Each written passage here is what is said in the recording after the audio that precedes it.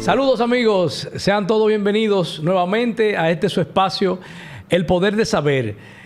En el día de hoy nosotros vamos a tratar un tema muy importante de gran relevancia para los dominicanos, para toda la República Dominicana, y es que mañana, 16 de agosto del año 2025, estamos en el 162 aniversario de la Guerra Restauradora, la guerra que le devolvió la soberanía nacional a todos los dominicanos después de esa fatídica anexión a España por Pedro Santana. Para tocar ese tema tenemos en el panel a nuestros invitados especiales, don Tabito Bencosme y don Luis Quesada, que están aquí en estudio con nosotros, para nosotros analizar y dar a conocer los detalles de este evento histórico de orden patriótico tan importante. Antes de pasar con ellos, es bueno que nosotros podamos tener un contexto histórico de los hechos que acontecieron previo a la restauración de la República. Sabemos que en el 27 de febrero de 1844 nosotros declaramos la independencia nacional. Apenas a 17 años después de esa declaración de independencia, Pedro Santana, el 18 de marzo de 1861, anuncia la anexión a España.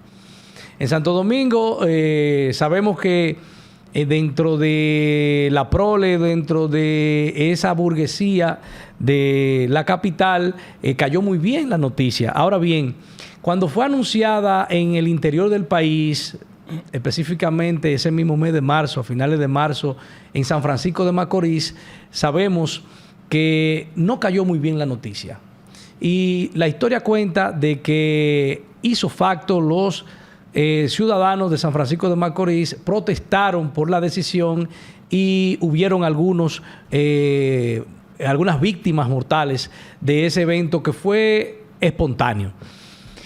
El 23 de marzo de 1861 fue anunciado en Moca esa noticia de la anexión a España, y en los mocanos también quedó, ¿verdad?, ese sinsabor, ese mal sabor en la boca al saber de esa fatídica noticia y ver a la enseña tricolor ser arriada y en su lugar ser izada la bandera española. 45 días después del 18 de marzo ser anunciada la anexión a España, entonces los mocanos tuvieron un levantamiento armado, primer levantamiento armado organizado para enfrentar la anexión a España. Me refiero al Grito de Moca, que aconteció el 2 de mayo de 1861, y todos conocemos la historia de que por orden de Santana los patriotas mocanos fueron fusilados. Semanas después, el patricio Francisco del Rosario Sánchez junto a José María Cabral también intentaron restaurar la República cuando entraron por Haití para enfrentar a Santana.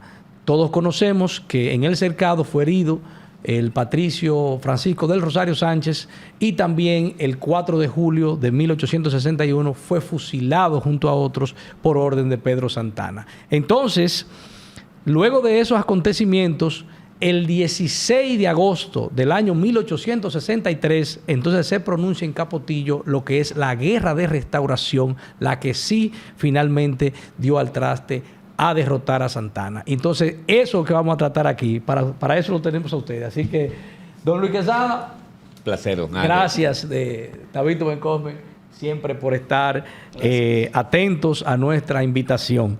Entonces, inmediatamente, vamos a ver, don Luis Quesada, la restauración de la República, ¿dónde iniciaron? Hablamos que el 16 de agosto de 1863 fue el grito en Capotillo. ¿Cómo fue ese acontecimiento del 16 de agosto de 1863? ¿Y cuáles fueron los actores principales? Sí. ¿Tú quieres que yo me limite al 16 o me vaya un poquito antes del 16? Bueno, si usted tiene algún antecedente importante, sí. Para entender lo que pasó el 16 puntualmente, hay que entender unos previos, ¿no? De acuerdo. Y los previos son los siguientes. Realmente la Primera República fue un intento fallido de hacer realidad la independencia pura y simple de Juan Pablo Duarte. Vamos a aclarar, la primera república, ¿usted se refiere? 1844 a 1861, los 17 primeros años, ¿no? ¿Por qué fue un intento fallido? Porque realmente los hombres que manejaron el poder, que fueron Buenaventura Báez, que era sureño, y Pedro Santana, que era un atero del este, ninguno de los dos creía en la pura y simple. Los dos barajaron la posibilidad de un protectorado o una anexión, sea con España, sea con Francia o sea con Estados Unidos. Los dos, protectorado o anexión. De manera que nosotros en el Concierto de las Naciones de América Latina somos el único país que primero no consigue su independencia con una guerra. El 27 de febrero no fue una guerra. La guerra fue la restauración realmente, ¿no? Y en segundo lugar, que no se independiza de la metrópoli colonial europea, que era España. Todos los países de América Latina se independizan de España, menos nosotros, de un país hermano que era Haití. De manera que la Primera República, como intento fallido, tiene también otra grave consecuencia. Y es que esos dos grandes caudillos, Santana y Báez, se cebaron contra la región norte del país. Por eso, en esos 17 años, la región que más sufrió fue el Cibao, que Báez y Santana la enfrentaron en diferentes ocasiones. Tú sabes de la revolución cibaeña contra Báez en 1857, sí, que declaró después a Moca Villeroy, etcétera, etcétera, ¿verdad? Y después los enfrentamientos con Santana. De manera que nosotros logramos la verdadera independencia nacional con una guerra. En la composición social dominicana, Bosch magistralmente muestra el abanico, diríamos, la complejidad que tuvo la guerra de restauración. Pero el epicentro y el escenario de la guerra de restauración fue el Cibao. Tú has dicho muy bien, Capotillo, el 16 de agosto en el Cerro de Capotillo, en Santiago Rodríguez, un grupo de patriotas muy reducido, que habían venido de diferentes lugares, muchos se internaron a través de la frontera, lanzan el SOS y a partir de ahí se desencadena un proceso que ya no va a parar hasta 1965. Pero realmente todo el escenario de la lucha restauradora fue el Cibao. Por eso ahí hay historiadores que enfatizan que la guerra de restauración fue una guerra profundamente cibaeña. Muy bien. Con lo bueno y lo malo que eso pudiera tener, porque también tiene sus cosas, diríamos, sus limitaciones. No decir lo malo, sino sus limitaciones. Muy bien. Entonces, los principales actores del 16 de agosto de 1863. Bueno, Santiago Rodríguez 63, perdón. Es la figura, diríamos, que encabeza todo el grito de lo que se llama el grito de Capotillo. Se iza la bandera dominicana, que había sido bajada, como tú muy bien lo dijiste, el 18 de marzo de 1861. Y ahí comienza diríamos, una concatenación de fuerzas dispersas, pero que también tenían, diríamos, muchos liderazgos locales. La guerra de restauración se hizo por la conjunción de liderazgos locales. De muchos, y eso fue también su fortaleza y su debilidad, porque después de la restauración el país se fracciona, se vuelve un mosaico, diríamos, de caudillos que locales, todos se creían merecedores de lo mejor porque habían participado en la guerra restauradora y querían disfrutar el pastel después de restaurada la República. Entonces, pero sí esa conjunción de líderes locales que en un primer momento se aglutinan alrededor de un líder. Porque hay que notar que el liderazgo fundamental fue de un joven llamado Gregorio Luperón. Por eso Luperón es considerado realmente la espada de la restauración. Aquí hay dos espadas. Aquí hay dos genios militares, que son en la independencia la espada de Antonio Duvergé, sí, que tú lo has mencionado muchas veces aquí, ¿no? Y en la restauración Luperón. Y a ambos intentó fusilar Santana. Sí. Lo logró con Duvergé y su hijo Alcide. No lo logró con Luperón porque le salió difícil y lo enfrentó en Guanuma, ¿verdad? Y lo atajó ahí en lo que se llama el sillón de la viuda. Del sillón de la viuda para acá era el escenario de la guerra. Bueno, que esa ha sido una de las luces de Gregorio Luperón, haber vencido a Pedro Santana. Claro. Don Tabito, el otro día yo estuve por la parte oeste del país, iba hacia Montecristi.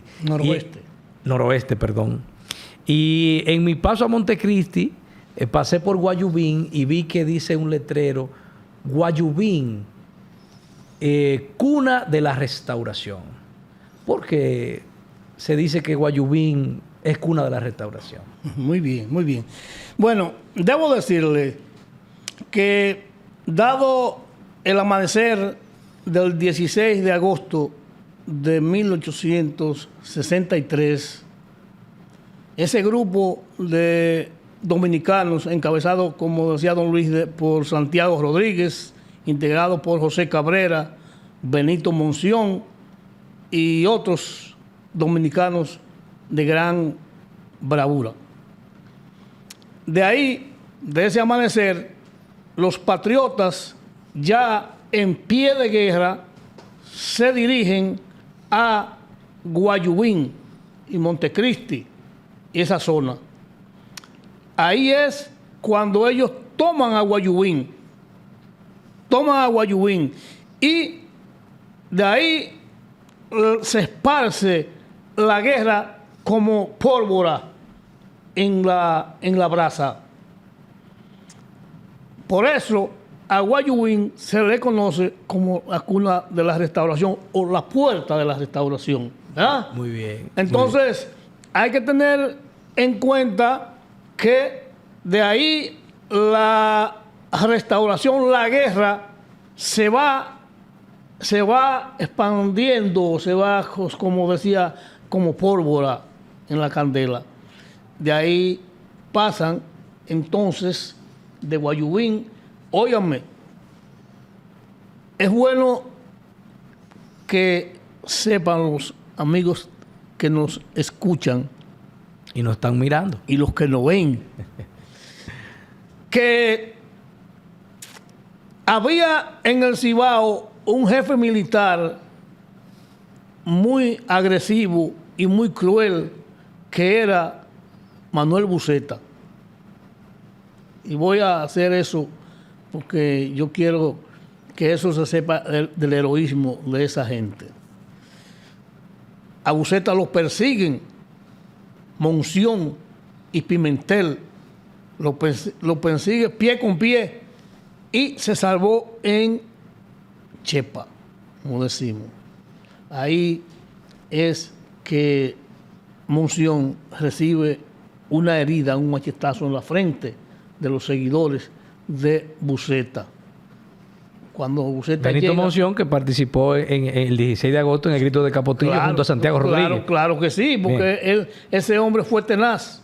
Monción fue tenaz ahí.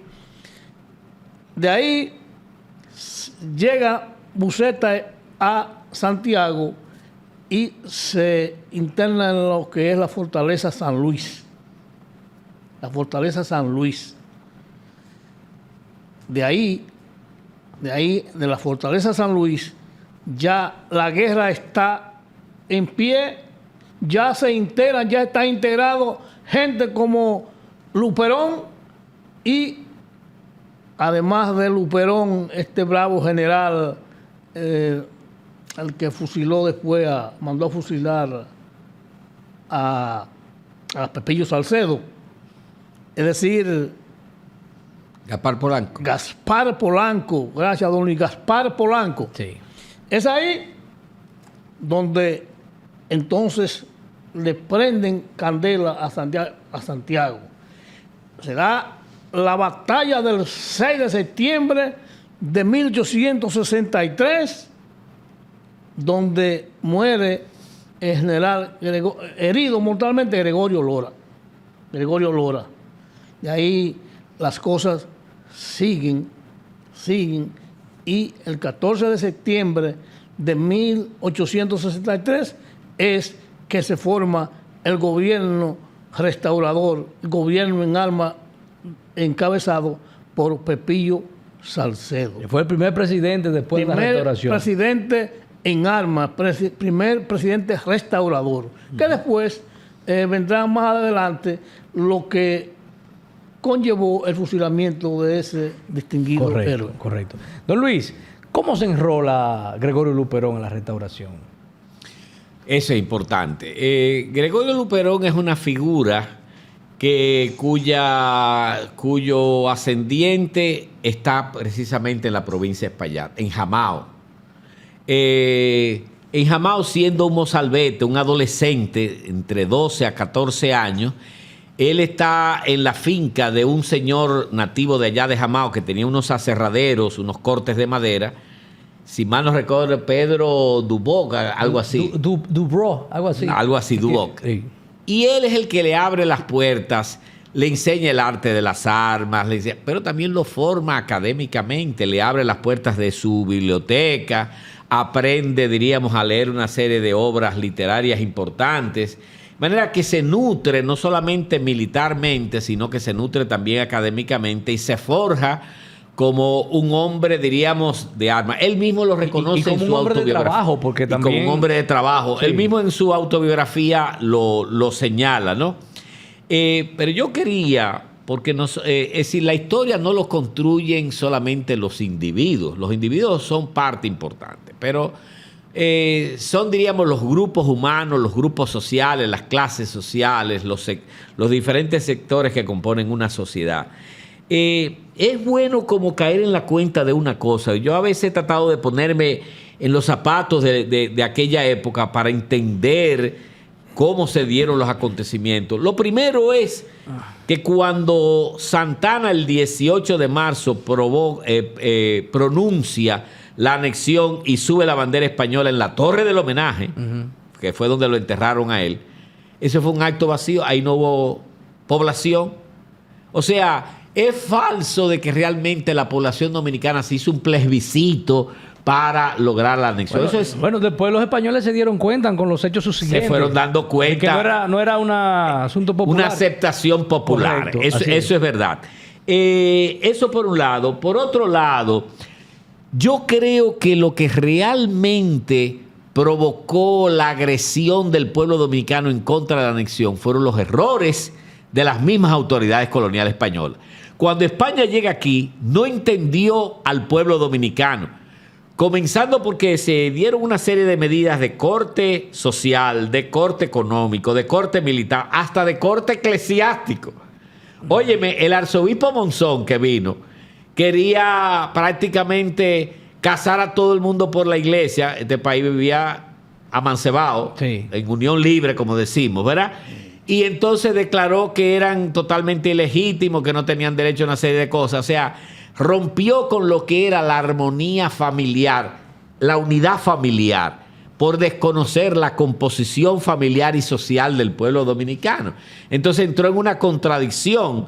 Desde el principio, las autoridades coloniales entraron en una contradicción con el etos cultural, que eso se ha estudiado poco aquí, ¿no?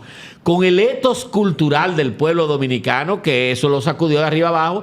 Óyeme, y el respaldo, porque esa fue una guerra masiva. Eso fue una guerra que abarcó el país entero. El 27 de febrero fue una sonada muy minúscula que se dio en la capital. Sí, sí. Y se fue enterando chin a chin el resto del territorio nacional. Sí. Pero la guerra de restauración fue total, ¿no? Fue una epopeya nacional. Y usted tiene razón. Las batallas importantes fueron después, el 30 de marzo, el 19 de marzo. Claro. Todo el proceso que se fue dando a lo largo, sobre todo en la lucha contra Haití, las campañas haitianas. Muy bien. Bueno, entonces, en términos de importancia comparativa, eso es para los dos. En términos de importancia comparativa, la guerra de restauración con los demás eventos de orden patriótico que han acontecido en la República Dominicana, que han dado al traste, ¿verdad? O han intentado, ¿verdad?, proteger o declarar la soberanía nacional. ¿Qué importancia tiene comparada con otros eventos parecidos? Vamos a ver usted y después usted, don Luis. La importancia de la guerra de restauración, bueno, como hecho histórico. Ese es el acontecimiento histórico 1-1 de la historia dominicana. Por encima de lo de febrero. Pero es que, bueno, no podemos soslayar lo del 27 de febrero, no podemos soslayar el proceso de la independencia nacional y el heroísmo, las batallas, el 30 de marzo, 19 de marzo, Estrelleta, San Tomé, etcétera. Pero ¿qué sucede? Es que la guerra de restauración tiene ese nombre de restauración porque venía a restaurar lo que se había perdido. Se había perdido la independencia y eso fue lo que se vino a restaurar. Y ahí se expresó lo que le llamamos el patriotismo dominicano en su mayor dimensión. Es decir, que incluso gente que se habían ido de la parte de los españoles, cuando vieron ese patriotismo desbordado de los dominicanos, se fueron por ahí tenemos el mismo Bobadilla, que era un afrancesado, era un anexionista a carta cabal, y después incluso pasó a colaborar con los restauradores. Nosotros no podemos, eso no tiene parangón, eso no tiene comparación en la historia dominicana. La restauración de la República, el patriotismo, el arrojo de los patriotas, eso no tiene comparación en la historia dominicana. Muy bien. Don Luis, para usted. Sí, yo diría que el 27 de febrero y el 16 de agosto están en el mismo nivel. Son dos caras de una misma moneda. Una no se da sin la otra. Es más, la restauración lo que hace es socializar la independencia. Es decir, darle un carácter, diríamos, generalizado en la población dominicana, porque en esos primeros 17 años no todos los lugareños que vivían aquí, de los dominicanos, teníamos conciencia plena de lo que significaba ser un país libre, soberano e independiente de toda potencia extranjera, que era el sueño de Duarte, la independencia pura y simple, como él llamaba, ¿verdad? Entonces la restauración, la que acrisola la independencia. De manera que la Constitución es muy sabia, y tú como legislador municipal lo sabes, que pone prácticamente en el mismo nivel, sí, el 27 de febrero y el 16 de agosto como dos caras de una misma moneda, que son una llama a la otra, ¿no? Y una consolida a la otra. Entonces, sí, traigo a colación el tema. ¿Usted quería agregar algo más sobre eso? No, porque quiero hacer algunas puntualizaciones sobre ese proceso de patriotismo que hubo en el pueblo dominicano y con esos intentos que hubo antes del 16 de agosto. Usted sabe que en Santiago hubo unos fusilamientos por causa de ese patriotismo, ese arrojo, ese intento de restaurar la República. Como por ejemplo tenemos el caso de Eugenio Perdomo, que fue fusilado. Asaltaron, no tuvieron éxito, pero fue intentando. Como el caso de Moca, del 2 de mayo, el caso de Francisco Rosario Sánchez, como mencionamos al inicio. Fueron casos fallidos, pero fueron fracasos militares, podríamos decir, pero fueron éxitos políticos, sí, y patrióticos. Eso estamos de acuerdo. Ahora bien, ¿qué opina usted, don Luis, de la idea que tienen muchos autores de que Gregorio Luperón debe ser considerado también, al igual que Duarte, Sánchez y Mella, como padre de la patria? ¿Qué opinión tiene usted sobre eso? Yo diría que después de Duarte va Luperón, no Sánchez y Mella. En ese sentido, si vamos... Es decir, yo siempre he mantenido la idea de que al lado de Duarte no se puede poner a nadie. Duarte es el padre fundador de la República.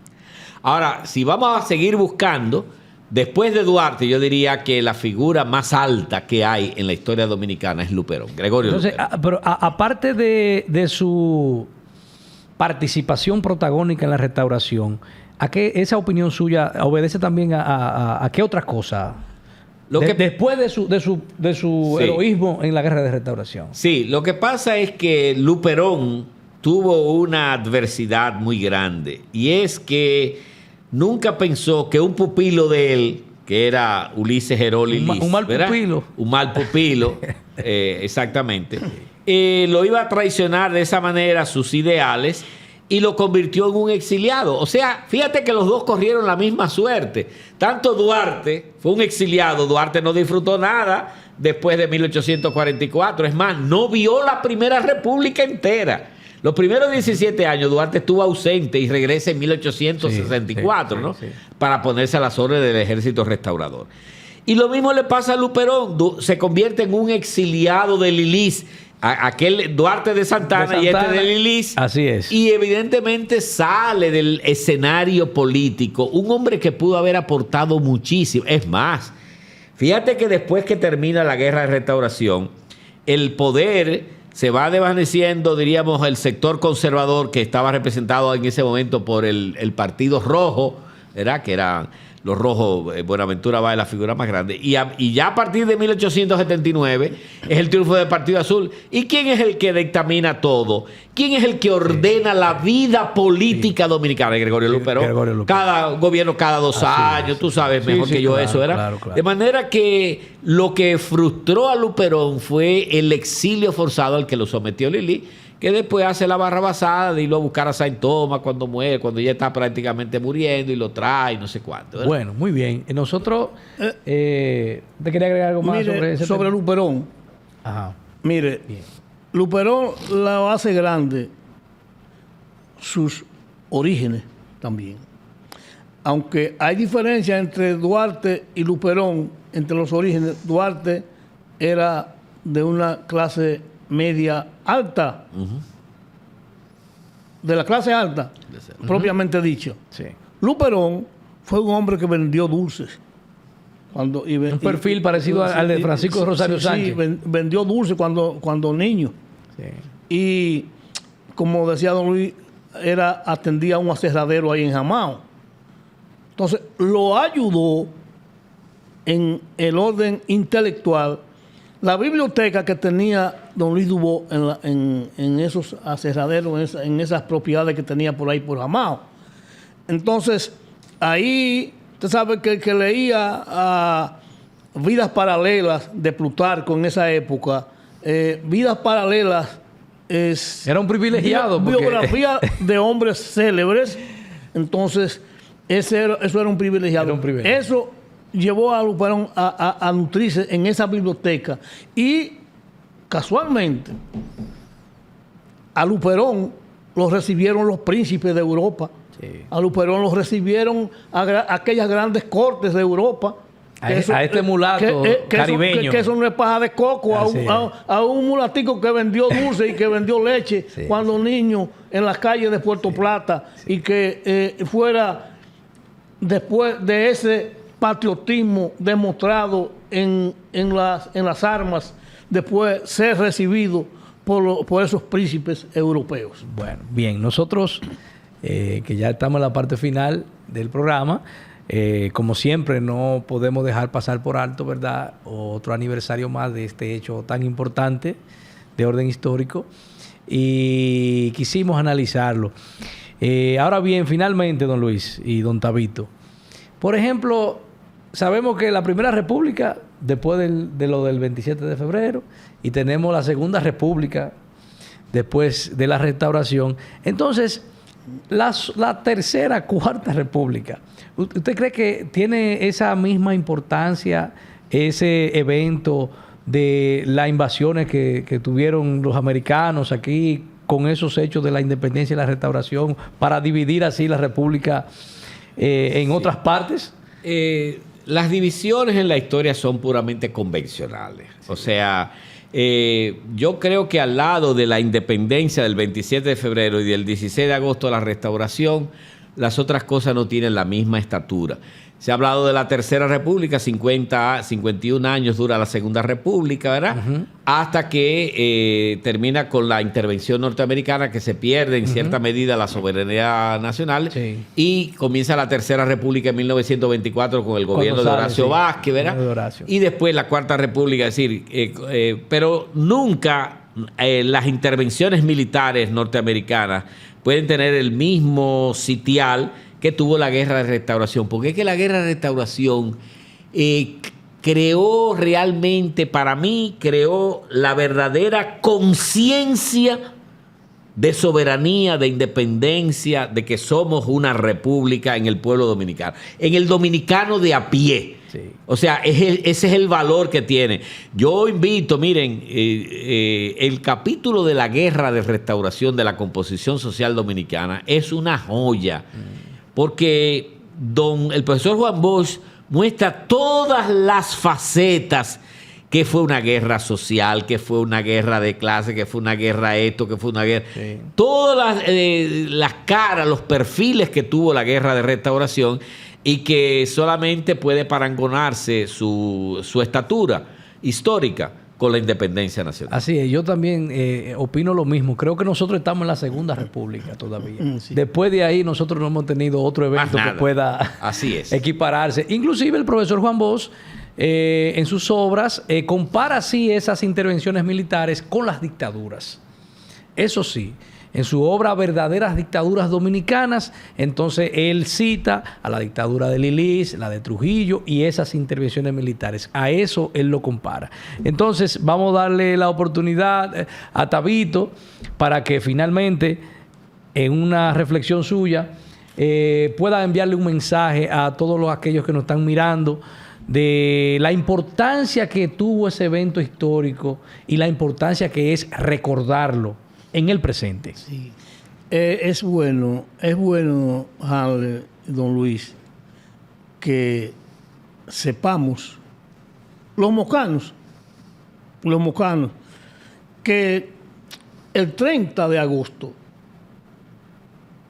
los hijos de Tito Salcedo, el Chivo también, Manuel Rodríguez, el Chivo, asaltaron la fortaleza de Moca y proclamaron la restauración de la República aquí en Moca. Manuel Rodríguez, el Chivo, sí. Los hijos de... temerario que era el Chivo. Tremendo. Con un valor espartano. Sí. Y los hijos de Francisco Antonio Salcedo. Imagínese los hijos usted. de Tito Salcedo ni se dice. Eran fieras. Francisco de Jesús Salcedo. Y Pedro Salcedo, sí. Muy bien. Bueno. Yo, Harley, el llamado que le hago a los dominicanos es que no debemos dejar de recordar este episodio de la restauración de la República Dominicana, conmemorándolo o celebrándolo el 16 de agosto. Sabemos que nosotros no podemos olvidar el pueblo que olvida su historia. Óigame bien, el pueblo que olvida su historia está condenado a repetir sus errores. Así es. Bueno, señores, nosotros ya dejamos hasta aquí esta entrega del Poder del Saber. Como siempre, tratando de tomar en cuenta, ¿verdad?, cada una de estas fechas importantes sin dejarla pasar por alto.